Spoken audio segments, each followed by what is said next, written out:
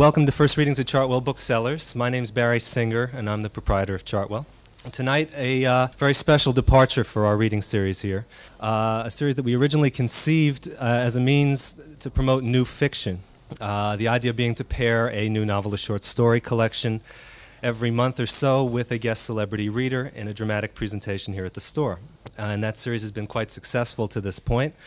We have presented new work by authors like Bobby Ann Mason, Jane Ann Phillips, Scott Spencer, Tama Janowitz, Ellen Gilchrist, as read by such guest readers as Elizabeth McGovern and Judd Nelson, Brooke Adams, Caitlin Clark, Kate Nelligan. Tonight, though, First Readings at Chartwell Booksellers, a fanfare for new fiction, becomes a fanfare for nonfiction, with our first nonfiction presentation, John Taylor's Storming the Magic Kingdom. The reason for this shift in focus really is inherent in the quality of Mr. Taylor's book. It's beautifully written. It's a very dramatic narrative, as dramatic as any, it seemed to me, in recent contemporary fiction. And perhaps most importantly, it managed to translate a subject for readers like myself, I think, people outside of the Wall Street community, that was quite incomprehensible to us until now. The word hostile corporate takeover, which you see continually in the newspapers. I've always been mystified by what that exactly meant. Mr. Taylor helped me to understand it, and I know he helped many of my customers to understand it. A last bit of symmetry that just clinched the whole thing. Much of the action in the book takes place in this building, the Park Avenue Plaza building, because I guess you would call him the protagonist of this book, or the culprit in this book, is Mr. Saul Steinberg, and his offices are here in Park Avenue Plaza, the Reliance Group Holdings. No, but First Boston. First Boston. There are a lot of people in this building who did understand hostile corporate takeover long before the book came out.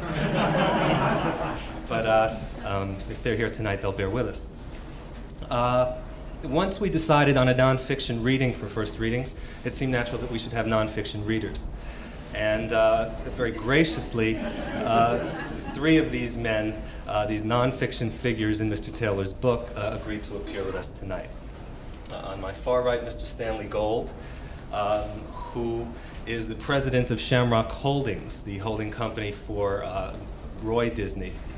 Roy Disney being Walt Disney's nephew, Roy O. Disney's son, the two founders of Walt Disney Productions. In the center, Mr. Robert Hodes.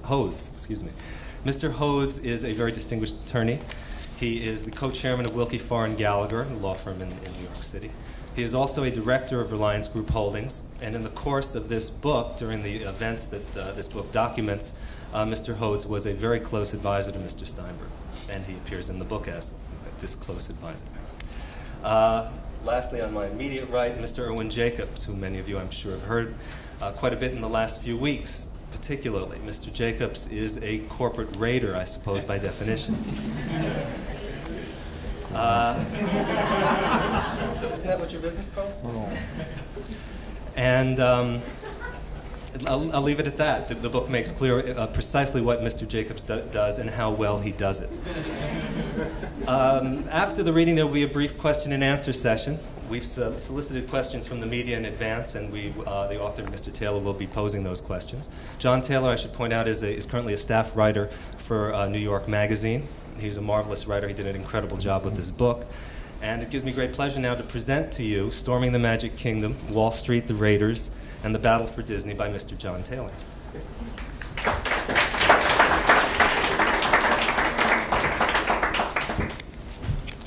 With his long nose, his black mustache, his Midwestern drawl, with his cigarettes and his persistent cough, Roy Disney vaguely resembled his Uncle Walt. But while Walt Disney had been domineering and manipulative, his nephew rarely asserted himself. Though not without daring, every other year he skippered his yacht Shamrock on the Trans-Pacific Yacht Race from California to Hawaii.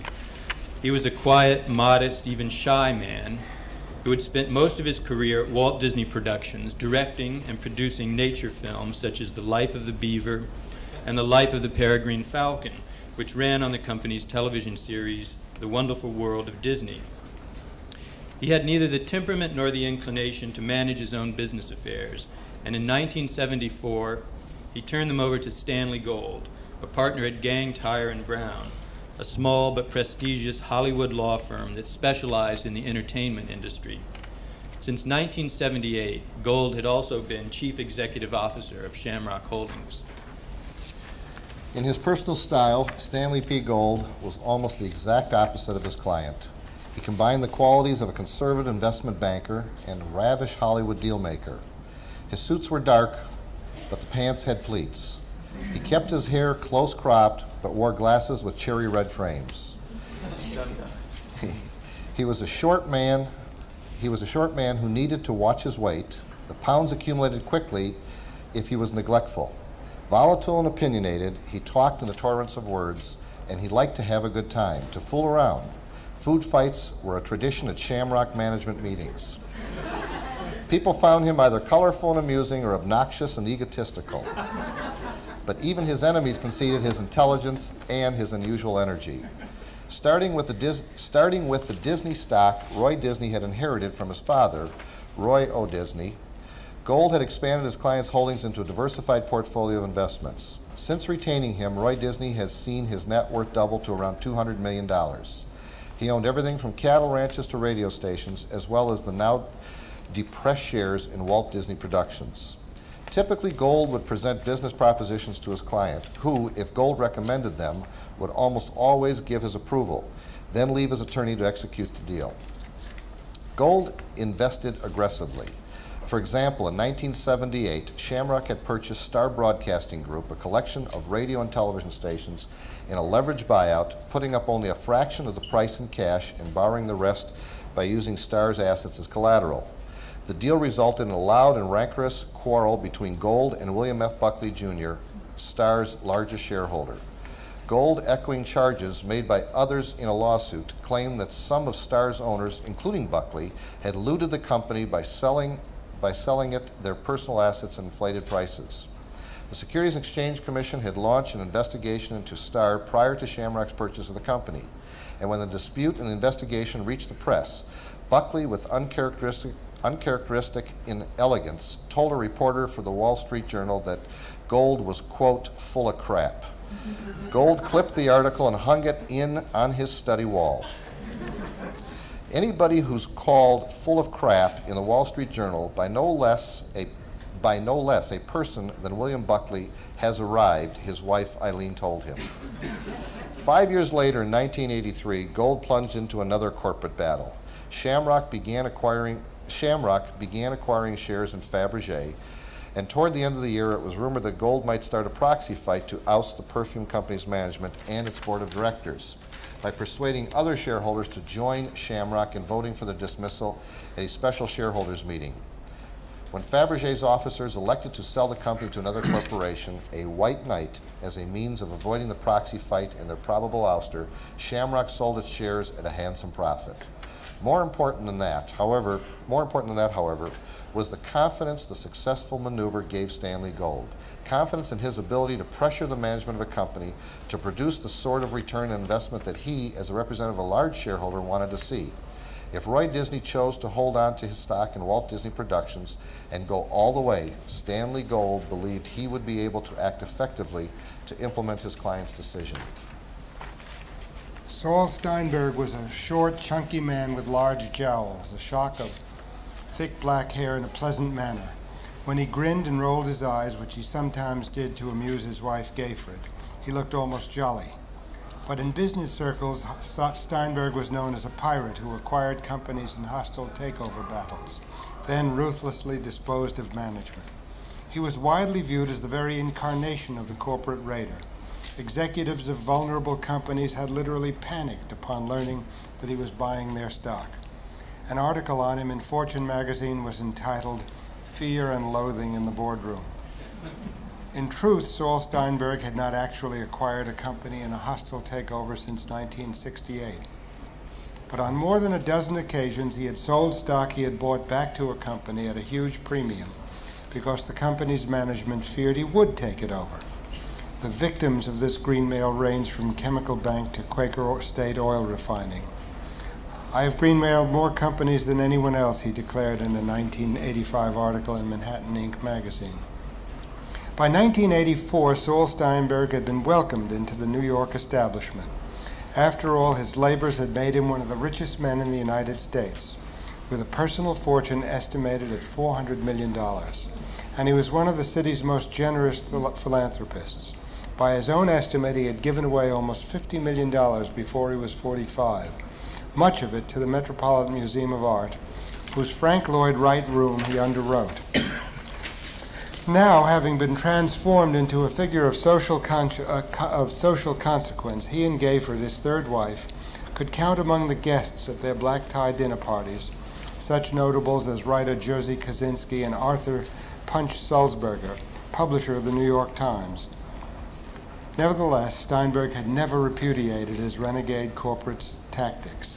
He was still capable of raiding a company, and to assure success, he maintained at Reliance Holdings once one of the most thorough research staffs on Wall Street.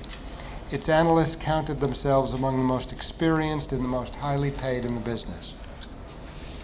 Within days of Steinberg's request for a Disney profile, an exhaustive portrait of the company's assets, operations, financial performance, and prospects had been produced. It was presented on schedule to Steinberg, his brother Robert, the president of Reliance, Lowell Freiberg, the senior vice president and treasurer, General Counsel Howard Steinberg, who was no relation to Saul, though sometimes it didn't hurt to let people think so, and George Bellow, another executive vice president and Steinberg's longtime friend. The Reliance analysis confirmed the vulnerability of Walt Disney Productions. The liquidation value of the company, its price if all its assets were sold off, approached and perhaps exceeded $100 per share. Many of the assets, such as the film library, were underused. Others, such as the 17,000 acres of raw land surrounding Walt Disney World, were altogether unused. And industry sources had told Reliance analysts Disney chief executive Ron Miller was indecisive, inarticulate, and uncomfortable with numbers. Perfect, Saul Steinberg said, precisely the kind of company we should be involved with. There are enormous opportunities here. It had been several days since his meeting with Saul Steinberg, and Stanley Gold had yet to hear whether he would be invited to participate in the deal, or even whether Reliance was proceeding with an offer. So, early in the week, beginning June 4th, he put in a call to Mike Milken at Drexel Burnham. He tried to strike a casual note. Well, what are we doing? Did I buy the studio? I mean, is Saul going forward? We cannot communicate that to you at this point, said Milken. Gold had the distinct sense that Steinberg and Milken were proceeding with an offer and that Roy Disney was not to be included. On Wednesday, Gold flew to San Jose to inspect a small real estate project in which Shamrock had invested. As he walked through the San Jose terminal, he was stopped by one of the airport employees. Are you Stanley Gold? Yes. Everybody in the world is trying to get hold of you. There were urgent messages for him to call Shamrock, his law office, and his home. Everybody in the world turned out to be Ray Watson and Ron Miller. Gold called them from the phone booth at the San Jose airport. The Disney executives wanted to inform him of the company's decision to acquire Gibson Greetings, a greeting card company, before he learned of it elsewhere. Gold, who had never heard of Gibson, saw the acquisition as another attempt by Disney's managers to entrench themselves, to save their jobs by preventing a Steinberg takeover. But he kept his reaction to himself. Okay, tell me everything I need to know. Watson explained the deal. It was not, he added, designed against Roy Disney. Management still wanted Roy back on the board, still wanted Gold to come and discuss terms to bringing him back. Despite this disclaimer, Gold was outraged, for it was indisputable that if Steinberg's share of Walt Disney Productions had been reduced, so had Roy Disney's. Disney's executives had hoped that the acquisition of Gibson would induce Saul Steinberg to abandon his prospective takeover attempt. It did not. To the contrary, in fact, Steinberg told his associates that the deal eliminated any possibility of his dropping plans to make an offer for the company. Steinberg and Mike Milken had decided they would need $2.4 billion to accomplish a takeover. As usual, the rumors on Wall Street turned out to be true. Drexel Burnham was having trouble finding partners to invest in Steinberg's tender offer. Reliance had received more than a dozen inquiries from potential equity investors who were involved in businesses ranging from hotels to greeting cards. But a company seriously interested in becoming an equity partner needed to hire investment bankers and lawyers and conduct an independent study of Disney to bring to its own board. All that cost money. And the potential investors, concerned that Steinberg, with his propensity for greenmail, would eventually let Disney buy him out, were reluctant to go to the expense. It was Herbert Batchelor, head of Drexel's New York corporate finance department, who came up with a solution. Steinberg should entice investors by agreeing to pay them commitment fees equivalent to 1% or more of the funds they committed to the deal, whether or not the deal went through and the funds were used. Without necessarily having to put up real money, the investors could count on a real profit. Early on the morning of June 7th, Irwin Jacobs slid behind the wheel of his Rolls-Royce Silver Cloud II and drove from his lakeshore estate to a modest yellow brick building next to an abandoned brewery in a blue-collar neighborhood across the river from central Minneapolis. Jacobs had acquired the building in his first hostile takeover. Although he had sold the company, Grain Belt Breweries, he had kept the building, which was now the location for Minstar, the corporation he used as his holding company. It was an unpretentious place with fake leather furniture and bouquets of artificial flowers. But then Jacobs was an unpretentious, approachable fellow who, rare among tycoons, even answered his own phone. Jacobs' casual style could be traced to his humble origins. His father, Samuel, had been a Russian Jewish immigrant who bought used feed bags from farmers, cleaned them, and resold them. Accompanying his father on bag buying trips through the Midwest, Jacobs had gathered first-hand experience in the business technique he would later employ with such mastery: identify undervalued properties, acquire it cheaply, and resell it quickly.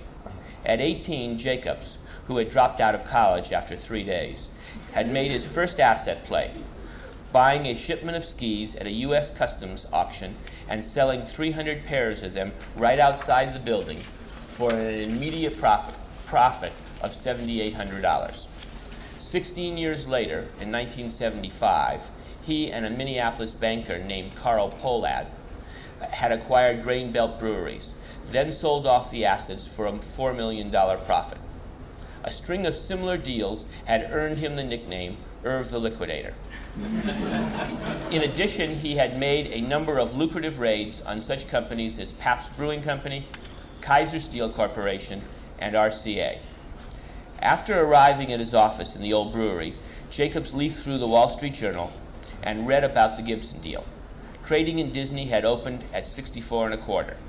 The stock seemed undervalued to Jacobs, and in what was for him just another relatively small market play, he called his broker, Ron Alghini, in the Chicago office of Jeffries & Company, and placed an order for 2,000 call options on Disney, which would give him the opportunity, but not the obligation, to buy the stock at its current price some months in the future, when it might be trading at a much higher figure. Later that morning, Jacobs received a telephone call from Mike Milken at Drexel Burnham. Jacobs had heard of Milken, of course, but he had never talked to him before. I would like to speak to you about something, Milken said. What's the subject? Disney. Don't tell me anything about it, but stay on the phone. I want to cancel an order that I have just placed. Like most stock speculators, Jacobs had an abiding fear of lawsuits over, and SEC investigations into, charges of trading on inside information. Since no one really knew what the definition of inside information was, the term was so elastic and the flow of information through the streets so ceaseless and informal, it behooves all investors to err on the side of caution. With Milken on hold, Jacobs called Ron Alghini again and told him to cancel the order to buy the Disney options. Then he got back to Milken. Mike, okay, you can tell me. Before you tell me, I want you to know I just canceled an order. I wanted all this documented.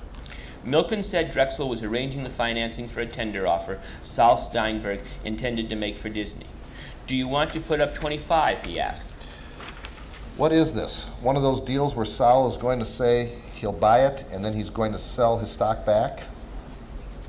No, Milken said. Saul is committed to not selling his stock back. Jacobs said he would think about it. The more he thought, the more he liked it. The junk bonds that Drexel was offering for the deal paid, as junk bonds always did, such high yields that Jacobs figured he could sell them with ease. Or if he wanted, he could keep the bonds and rake in the cash. Either way, he couldn't lose. And there was the commitment fee if Steinberg did happen to sell his stock to Disney instead of going through with the takeover. That afternoon, Jacobs called Milken back. I'll give you $35 million, he said. I like the deal.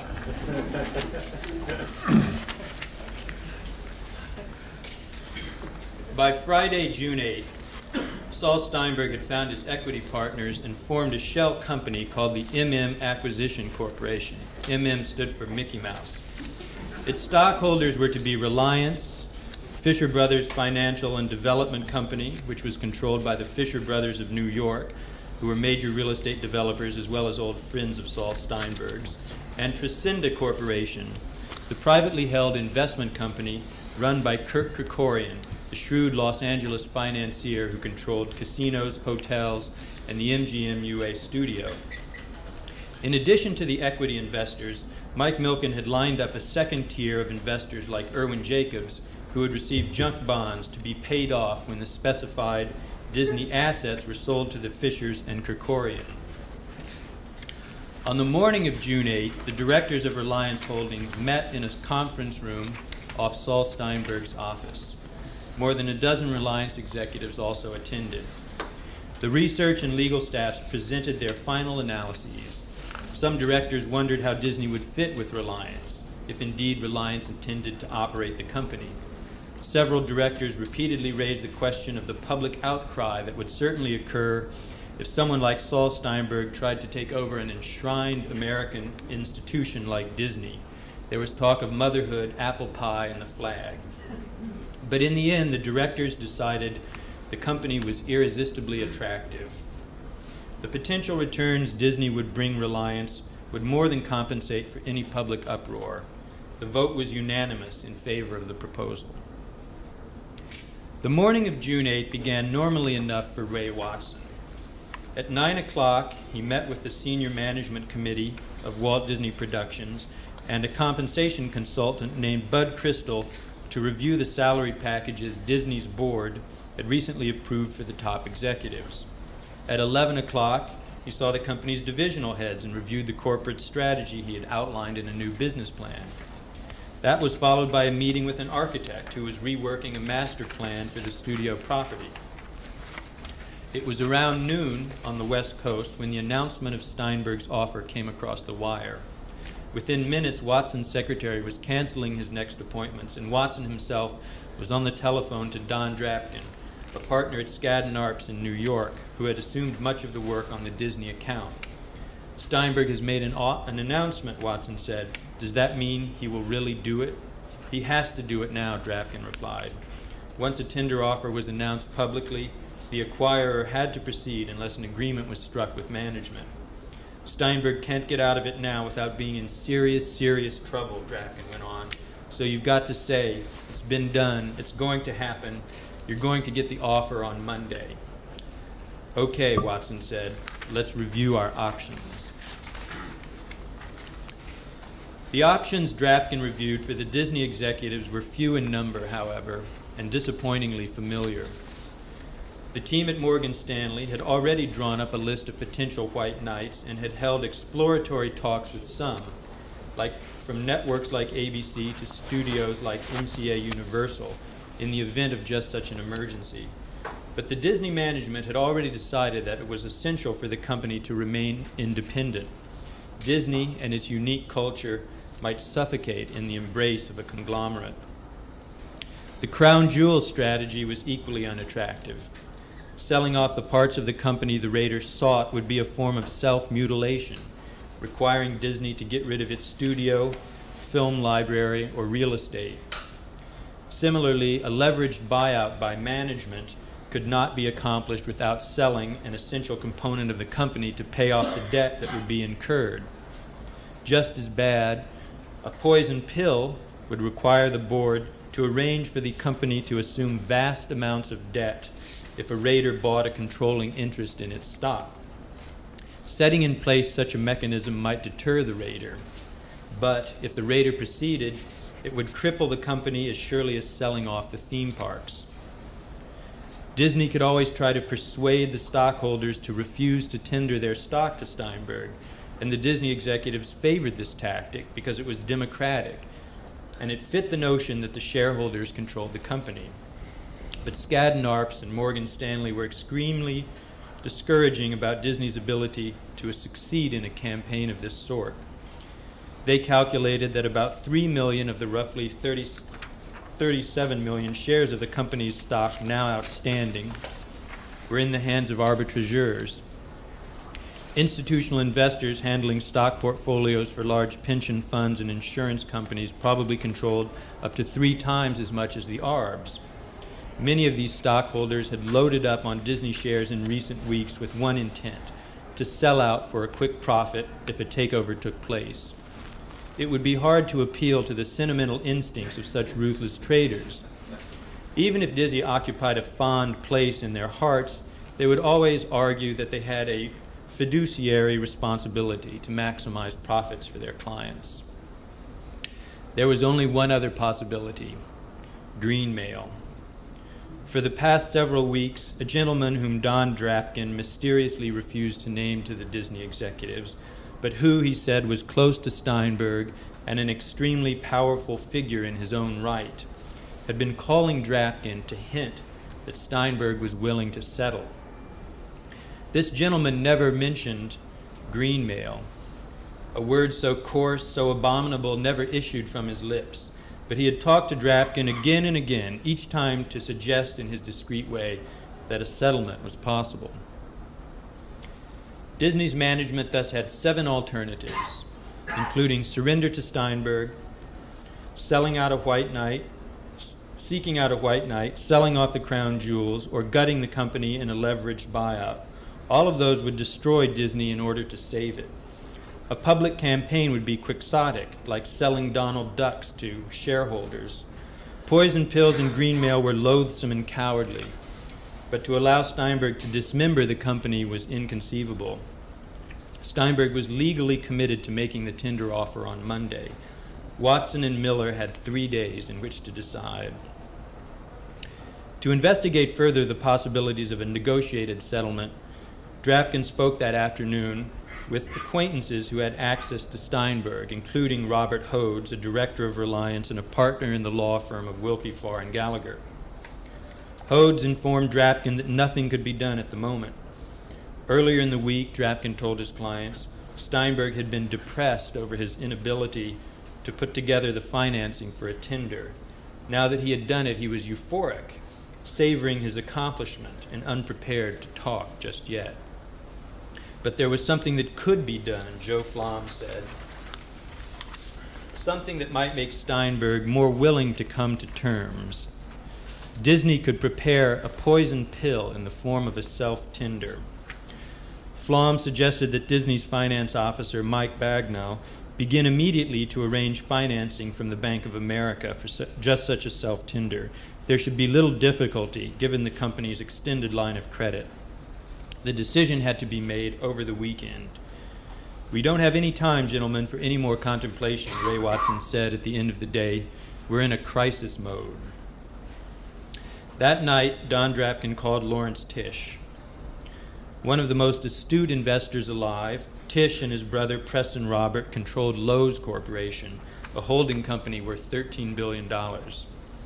Though Tisch disdained hostile takeovers himself, because of his extraordinary power and connection, he often appeared like some deus ex machina at the climax of corporate battles.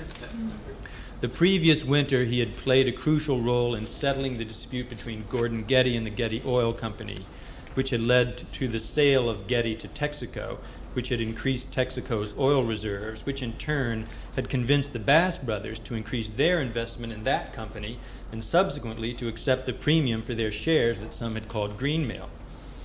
One of Tish's many friends was Saul Steinberg.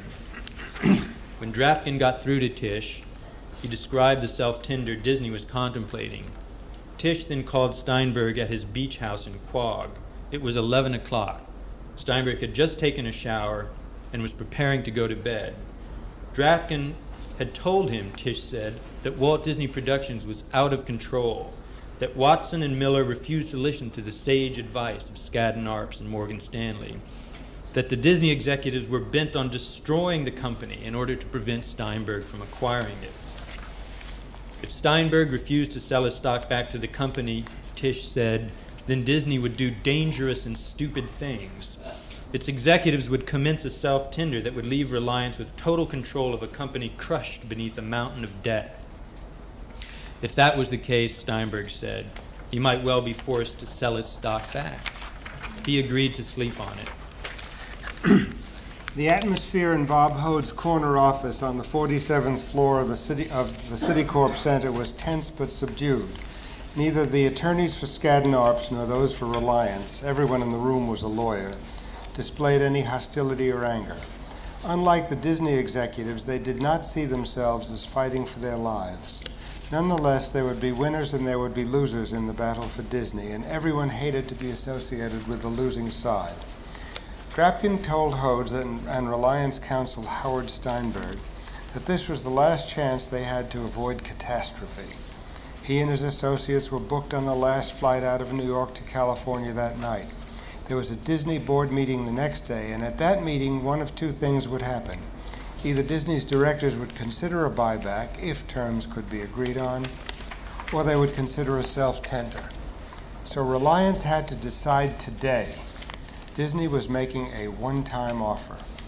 Drapkin added that if Reliance's tender offer went through at $67.50 a share, Disney's offer and the self-tender for the company's remaining stock would be $80 a share. Hodes and Howard Steinberg stepped from the room to convey the terms to Saul Steinberg, who was still at the beach. Was Disney serious, Steinberg asked? Would they carry out a self-tender? The lawyers were uncertain. Disney's acquisition of Arvida and Gibson had shown that its management was determined to deny that Reliance the company at any cost. There was certainly some risk that they would do it. Saul Steinberg was less inclined than his lawyers to believe Disney would really self-tender. He thought perhaps they should proceed. After all, they had done all the work, made the analysis, raised the money, struck agreements with equity partners, and the investment was sensible. On the other hand, Larry Tish had said that Disney was out of control, that Morgan Stanley and Skadden Arps could no longer contain their clients. Finally, Steinberg told his people to consider the possibility of selling, adding in a remarkable echo of Ray Watson's feelings that Disney had put a gun to his head. Hodes and Howard Steinberg explained to Skadden Arps attorneys that Reliance would consider a buyback at $85 a share, then quickly came down to $80 a share, the amount Disney had said that it was willing to pay in the self-tender. Drapkin made an offer of $73 a share. After 2 hours of negotiations, the meeting broke up. An hour later, Drapkin called Hodes and offered $75. That was better. At 4 o'clock, the lawyers reconvened, this time at the Skadden Arps offices on 3rd Avenue. Peter Kellner arrived, and after some rapid calculations, the two sides agreed on a price. Disney would pay Reliance $325.5 million, or $77.50 a share, for its 4.2 million shares. That included $297.3 million, $70.83 a share for Steinberg's stock, plus $28 million, $667 a share, to cover Steinberg's expenses, including his legal bills, and the commitment fees he would have to pay to Kirk Kerkorian, the Fishers, Irwin Jacobs, and the rest of the investors. Excluding those expenses, Steinberg would make a profit of $32 million on the buyback. The difference between the price he had paid for his stock over the last 90 days and the price Disney would pay for it. Drapkin called Watson with the details. How do we know their expenses are really $28 million, Watson asked Drapkin. What if they turn out to be $14 million? We have to take their word for it, Drapkin said. Well, I don't understand that. I mean, how do we know we're not getting conned? There will be lawsuits, Drapkin said. They'll have to submit records. Skadden Arps had drafts of the papers already in its computer. Secretaries typed the specifics into their word processors. Proofreaders examined the documents and the computers printed them out. But as the printers began to thrash, the lawyers fell to bickering over conditions. Reliance wanted a most favored nation clause, specifying that if another company bought Disney within a year for a price per share higher than that paid Reliance in the buyback, Disney would make up the difference. Skadden Arps, for its part, insisted on a standstill from Reliance. Disney's attorneys also wanted standstills from Kirk Kerkorian, the Fishers, and Drexel Burnham. Hodes and Howard Steinberg said they could speak only for Reliance. Drapkin told Hodes there would be no deal without the standstills. Hodes and Steinberg said they should be able to work something out. Then Drapkin and Kellner left to catch their plane to Los Angeles. At 6:30 Monday morning, a broker called Stanley Gold to say that the street was alive with rumors of green mail. He called again shortly before 7. Disney had requested that the stock exchange suspend trading in its stock. Everyone was now certain that the company would buy Steinberg out. Arbs were beginning to dump stock through third market brokerage houses such as Jeffries & Company in Los Angeles that traded independently in the Disney stock. Gold spent the rest of the morning at home talking to brokers and waiting for an announcement. At 10:18 a.m. in Los Angeles, an item by Reuters reporter John Crudell moved on the wire. Crudell quoted Wall Street sources who said Disney was considering whether to buy back its stock from Steinberg for about $77 a share. The story sparked a huge sell-off in Disney in the third markets, where its stock dropped almost $2 a share. Before long, the staff of the New York Stock Exchange was on the phone to Disney. The exchange was losing money because of all the trading taking place in the third markets.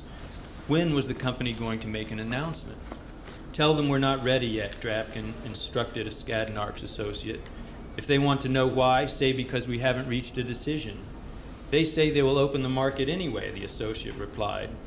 The New York Stock Exchange will have to take the responsibility then, Drapkin said. We won't. We won't ask that trading be open. We won't make an announcement. We won't explain what we're doing until we have a decision. The Disney board then recessed, and the outside directors convened to discuss the matter without the potential bias posed by the inside directors, the managers whose jobs were at stake.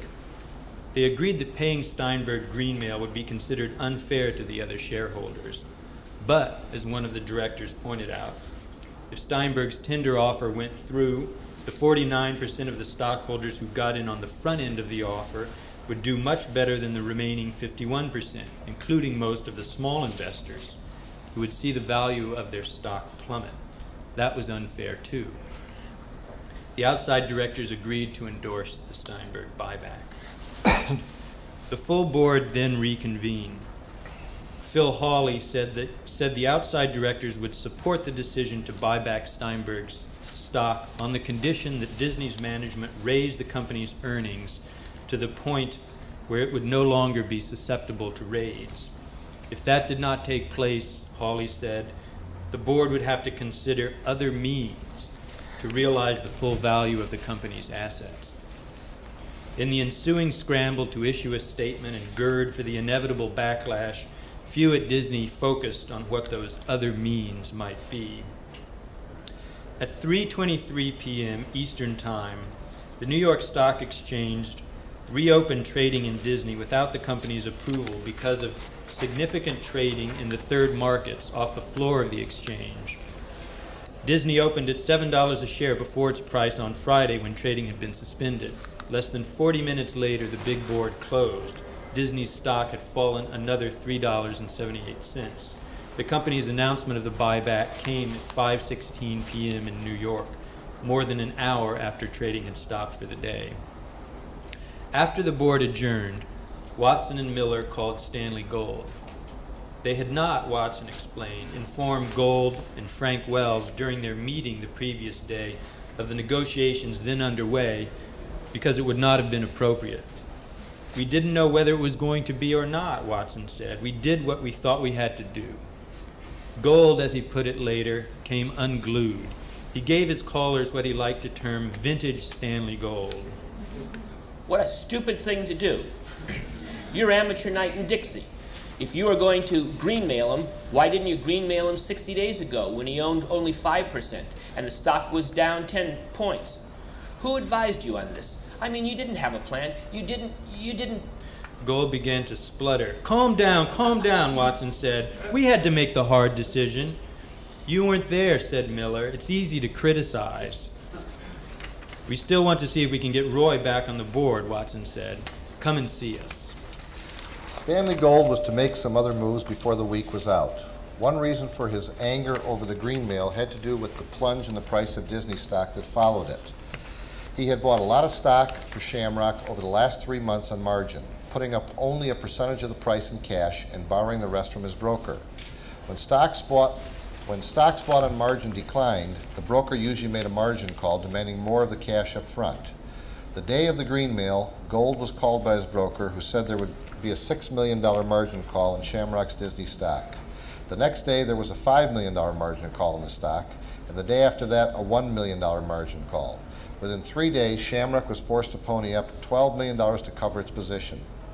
While Gold's emotional reaction to the dizzying decline in the price of Disney shares and the resulting margin calls was predictable, his ultimate response was perhaps surprising. He recommended to his client that they buy more stock. If the company was undervalued before the buyback, he argued, it was even more undervalued now. Roy Disney agreed, and so from Tuesday, June 12th through Thursday, June 14th, Shamrock acquired 100,000 shares of Walt Disney Productions on margin. That same day, that's you.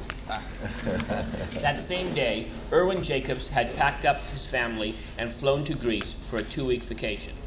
On Tuesday morning, at the airport in Athens, he picked up a copy of the International Herald Tribune and read about the buyback of Steinberg's stock. Jacobs had not actually given Steinberg $35 million.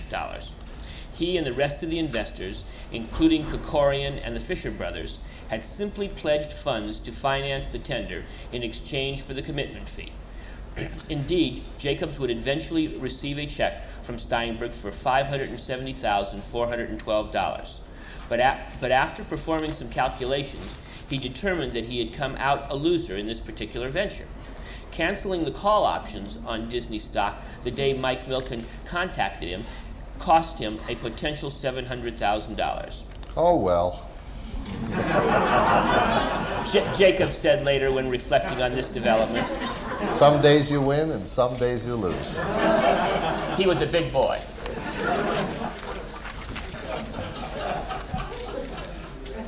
The public outcry over the greenmail was deafening. Editorial writers, politicians, and shareholders heaped calumny upon corporate raiders and railed against the absence of regulations forbidding management to pay premiums to select stockholders. Outrage over Disney buyout was the headline on the front page of the Business Day section of the New York Times 2 days later. The article quoted Dean LeBaron, head of Battery March Financial Management, as saying, "This could be the last hostile takeover where greenmail will be tolerated." James Severance, investment director of common stocks for the state of Wisconsin, called the behavior of both Steinberg and Disney reprehensible. While the outrage was general, its object depended on one's point of view. To much of the press and the public at large, Steinberg was the villain. In his article titled "Steinberg's Was No Mickey Mouse Caper," Robert Knight of the Los Angeles Times wrote of the Reliance chairman, "It's too bad that this guy gets even a dime for scaring the socks off anybody who cares what happens to Disney, but at least he'll be out of the picture." At the time, Timothy Worth, a Democratic representative from Colorado, was preparing a bill for Congress that would prohibit corporations from buying out stockholders at a premium of more than 3% unless a majority of all shareholders approved. In an article entitled "Holding Mickey Mouse to Greenmail," the Christian Science Monitor quoted a congressional aide as saying that the Disney case provides some urgency to a bill that before had not drawn much interest. Following the Steinberg buyback, Congress arranged to hold new hearings at which raiders like T. Boone Pickens moralized against greenmail and investment bankers from Drexel Burnham defended junk bonds. It became an issue on a local level as well. The following year, the New York State Legislature passed a bill outlawing hostile takeovers of companies headquartered in the state. The bill was vetoed by Governor Mario Cuomo.